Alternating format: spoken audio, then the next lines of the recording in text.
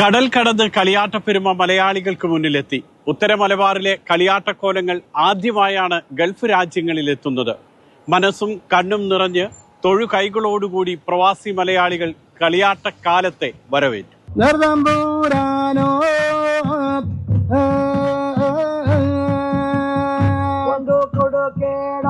തുലാമാസത്തിലെ 10-ാം ഉദയത്തോടെ ഉത്തര കേരളത്തിൽ തെയ്യക്കാലമാകും.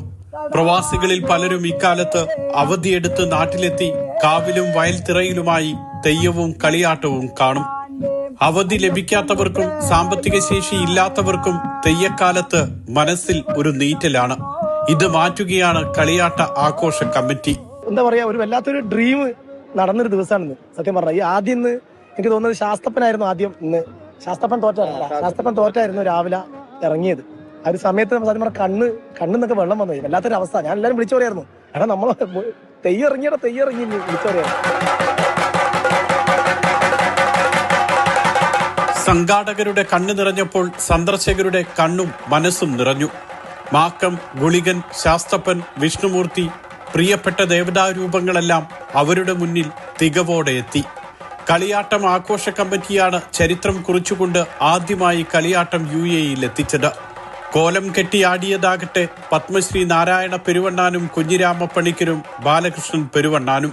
ആ നാട്ടിൽ നമ്മൾ പോകാൻ പറ്റുന്നില്ലല്ലോ ആ ടൈം ആകുമ്പോൾ. അതുകൊണ്ട് ഇതൊരു വലിയൊരു അനുഗ്രഹമായിട്ടാണ് തോന്നുന്നത് നമുക്കിപ്പോ. ഇതിന്റെ സംഘാടകർക്കൊക്കെ ഒത്തിരി നന്ദി. കാരണം ഞങ്ങളൊന്നും നാട്ടിലങ്ങനെ എല്ലാ സമയം ഈ ടൈമിൽ പോകാൻ പറ്റൂലല്ലോ, വെക്കേഷനൊക്കെ വരുമ്പോഴല്ലേ പോകാൻ പറ്റും. അപ്പോൾ ഒത്തിരി നന്ദിയുണ്ട് ഈ സംഘാടകർക്കും എല്ലാവർക്കും എൻ്റെ നന്ദി, അഭിനന്ദനങ്ങൾ. ശരിക്കും തെയ്യം കാണാത്തൊരു മിസ്സിങ് നല്ലോണം ഉണ്ടായിരുന്നു. പക്ഷെ ഇതിങ്ങനെ ഉണ്ടെന്ന് അറിഞ്ഞപ്പോൾ ശരിക്കും ഒരുപാട് സന്തോഷം. നമ്മളെപ്പോഴും ഇയർലി മാക്കത്തിന്റെ തെയ്യമൊക്കെ കാണുന്നതാണ് ചാല അവിടെ പോയിട്ട്. അപ്പോൾ ഈ വർഷം ഇവിടുന്ന് ഇങ്ങനെ കാണാൻ പറ്റിയല്ലോ, ഒരുപാട് സന്തോഷം. അജ്മാനിലെ വിന്നേഴ്സ് സ്പോർട്സ് ക്ലബിൽ വയൽത്തിറ പോലെ കെട്ടിയൊരുക്കിയായിരുന്നു കളിയാട്ട മഹോത്സവം. UAEയിലെ എല്ലാ എമിറേറ്റുകളിൽ നിന്നും ആളുകൾ ഒഴുകിയെത്തി. രാവും പകലും നീണ്ട ആഘോഷത്തിൽ അവർ അലിഞ്ഞു ചേർന്നു. നമ്മൾ ഇത്ര ഒരു പരിപാടി സംഘടിപ്പിക്കുമ്പോൾ ആദ്യം തത്രത്തിൽ പേടിയായിരുന്നു. കാര്യം ഇത്രയും ആൾക്കൂട്ടം ഇവിടെ വരും നമുക്ക് ഉറപ്പുണ്ടായിരുന്നു. കാരണം വിദേശത്ത് ആദ്യമായിട്ടാണ് ഇങ്ങനത്തെ തെയ്യക്കോലങ്ങൾ കെട്ടിയാടുന്നത്. മുത്തപ്പൻ, തിരുവപ്പൻ ഇങ്ങനത്തെ തെയ്യങ്ങളൊക്കെ കെട്ടിയാടേണ്ട കൊല്ലങ്ങൾ കാണാറുണ്ട്. പക്ഷേ എല്ലാ തെയ്യക്കോലങ്ങളും ഇത്രയും തെയ്യക്കോലങ്ങൾ ഒന്നിച്ച് ഒരു സ്ഥലത്ത് കെട്ടിയാടിക്കുന്നത് ആദ്യമായിട്ടാണ്. അതിനുള്ള ബുദ്ധിമുട്ടുകൾ നമ്മൾ 5-6 മാസങ്ങൾക്ക് മുമ്പ് തുടങ്ങിയൊരു പ്രയത്നമാണ്. എങ്കിലും ദൈവാധീനം കൊണ്ട് നിങ്ങളിപ്പോൾ കണ്ടതുപോലെ ഭയങ്കര ഭക്തജന പ്രവാഹമാണ്. ഉത്തര കേരളത്തിലെ തെയ്യങ്ങളിൽ മുത്തപ്പനാണ് ആദ്യം ഗൾഫിൽ കെട്ടിയാടുന്നത്. പിന്നീട് തിരുവപ്പനയുമെത്തി. ദുബായിലും അബുദാബിയിലും അജ്മാനിലുമെല്ലാം മുത്തപ്പൻ മഹോത്സവവുമുണ്ട്. ആദ്യമായാണ് വിദേശത്ത് തിരുമുടിയിലും അരയൊടിയിലും പന്തങ്ങൾ ചുറ്റി തെയ്യങ്ങൾ പുറപ്പെടുന്നത്. കണ്ണൂരിൻ്റെ ഒരു ഹരമാണ് തെയ്യം. കണ്ണൂർ, കാസർഗോഡ് ജില്ലകളാണ് തെയ്യത്തിൻ്റെ പ്രധാന ഒരു ഇത്. അപ്പോൾ അതിൽ നിന്ന് ഇപ്പം കണ്ണൂർ ജില്ലയിൽ വന്നിട്ട് കുറേ ആൾക്കാർ ഈ തിരുവനന്തപുരം അങ്ങോട്ടിൽ തെക്കോട്ടിൽ അവരൊന്നും തെയ്യം എന്ന് പറഞ്ഞാൽ എന്താണെന്ന് അറിയത്തില്ല. അപ്പോൾ തീർച്ചയായിട്ടും അവർ നാട്ടിൽ വന്നാലൊന്നും അവർ അങ്ങോട്ടൊന്നും പോയി തെയ്യം കാണൂല. കാരണം ആ സീസണിലായിരിക്കുമല്ലോ അവർ നാട്ടിൽ പോകുക. അപ്പോൾ അവർക്കും കൂടി ഒരു അവസരമാണ്. എല്ലാ വർഷവും ഇതിനെക്കാട്ടിയും ഇനിയും ആൾക്കാരെ വെച്ചിട്ട് ഇനിയും നല്ല ഉഷാറായിട്ട് ചെയ്യണമെന്നാണെന്നില്ലേ. കക്ഷി രാഷ്ട്രീയ ഭേദമന്യേ, ജാതിമത ഭേദമന്യേ ഒരുപാട് ആൾക്കാർ ഈ കൂട്ടായ്മയിലുണ്ട്. ഒരുപാട് ദിവസങ്ങൾ പ്രയത്നിച്ചാണ് ഈ കാര്യങ്ങൾ നടന്നത്.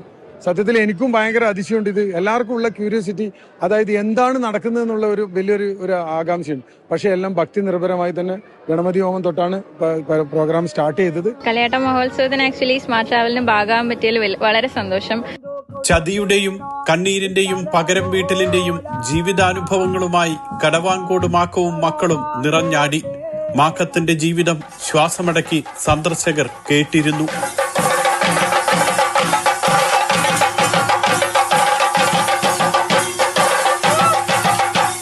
മെയിനായിട്ടുള്ളത് മാക്കാണ്.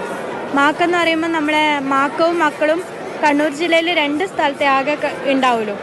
അവിടെ കണ്ണൂർ തന്നെ ഫേമസ് ആയിട്ടുള്ള 2 തെയ്യാണ് മാക്കവും മക്കളും.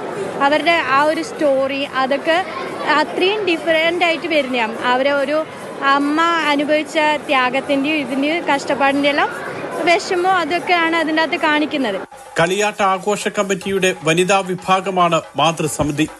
എല്ലാ ദേശങ്ങളിൽ നിന്നുമുള്ളവർ ഒരുമിച്ച് ചേർന്ന് നാടിന്റെ പൈതൃകവും സംസ്കാരവും മറ്റുള്ളവർക്കായി പകർന്നു കൊടുക്കാൻ ഈ കൂട്ടായ്മ മുന്നിലുണ്ട്. തെയ്യം എന്നാണെന്ന് മറ്റുള്ളവർക്ക് അറിയില്ല. ബാക്കിയുള്ള കാസർഗോഡ്, കണ്ണൂർ അറിയാം. പക്ഷേ മലപ്പുറം തൊട്ട് ഇങ്ങോട്ടുള്ള ഇവൺ തിരുവനന്തപുരം വരെയുള്ളവർക്ക് തെയ്യം എന്നാണ്. ഇപ്പൊ ഇവിടെ വന്ന് ഞങ്ങളെ മാതൃസമിതിയിലുള്ള 2 പേര് പാലക്കാടുകാരാണ്. നമ്മൾ വർഷങ്ങളായിട്ട് നാട്ടിൽ നിന്ന് വിട്ടിട്ട് UAE-യിലാണ് നമ്മൾ താമസിക്കുന്നത്. അപ്പം നമ്മൾക്ക് നാട്ടിലെ ഉത്സവങ്ങളോ അങ്ങനെയുള്ള കാര്യങ്ങളൊന്നും കാണാൻ പറ്റുന്നില്ല. അപ്പൊ ഇങ്ങനെ ഒരു ഓപ്പർച്യൂണിറ്റി കിട്ടുക എന്ന് പറയുന്നത് സത്യം പറഞ്ഞാൽ എന്താ പറയാ, വലിയൊരു അനുഗ്രഹമായിട്ടാണ് നമ്മളിത് കാണുന്നത്. ഒരു ദേശത്തിന്റെ ആരവം കൂടിയാണ് കളിയാട്ടക്കാലം. മേലേരിയും പന്തങ്ങളും ചൂട്ടുകറ്റകളും ഉയർന്നു കത്തുമ്പോൾ വെട്ടിത്തിളങ്ങുന്നത് ആ ദേശത്തിന്റെ സംസ്കാരവും സ്നേഹവും കൂടിയാണ്. പഴയ കാലത്ത് മിക്ക തറവാടുകളിലും കെട്ടിയാടിക്കൊണ്ടിരുന്ന ഒരു തെയ്യമാണ് മാക്കപ്പൂതി എന്ന് പറയുന്നത്. കൂടാതെ ഇതിൻ്റെ കൂടെ ഇപ്പോഴും വിഷ്ണുമൂർത്തി എന്ന് പറയുന്ന ഒരു വലിയൊരു പരദേവത വിഷ്ണുമൂർത്തി ഇവിടെയുണ്ട്. അതുപോലെ തന്നെ അത്ര തന്നെ പ്രാധാന്യമുള്ള ഒരു തെയ്യമാണ്. 90-40 തെയ്യങ്ങളിൽ പെട്ടതാണ് ശാസ്തപ്പനും അതുപോലെ തന്നെ ഗുളികൻ ദൈവവും. ഇതൊക്കെ ഒന്നായിട്ട് ഇവിടെ കാണുക എന്നുള്ളത് പ്രവാസികളെ സംബന്ധിച്ചിടത്തോളം അതൊരു പുതിയ അനുഭവമാണ്. അവിടെ ക്ഷേത്രത്തിൽ 50 വർഷമായി മുത്തപ്പൻ കെട്ടുന്നത്, 50 വർഷമായി പാരമ്പര്യമായിട്ടുള്ളതാണ്. പൂരപ്പറമ്പിന് സമാനമായിരുന്നു അജ്മാനിലെ വിന്നേഴ്സ് ക്ലബ്ബ്. ഒരു ക്ലബിലോ കളിയാട്ടമെന്ന് വിമർശിച്ചവർക്ക് ഈ നിറക്കാഴ്ച തന്നെയാണ് മറുപടി. ഇനിയുള്ള കാലവും ഇതുപോലെ മാക്കവും ശാസ്തപ്പനും വിഷ്ണുമൂർത്തിയുമെല്ലാം ഈ മണ്ണിലെത്തും, കൺനിറയെ കാണാനും അനുഗ്രഹിക്കാനും.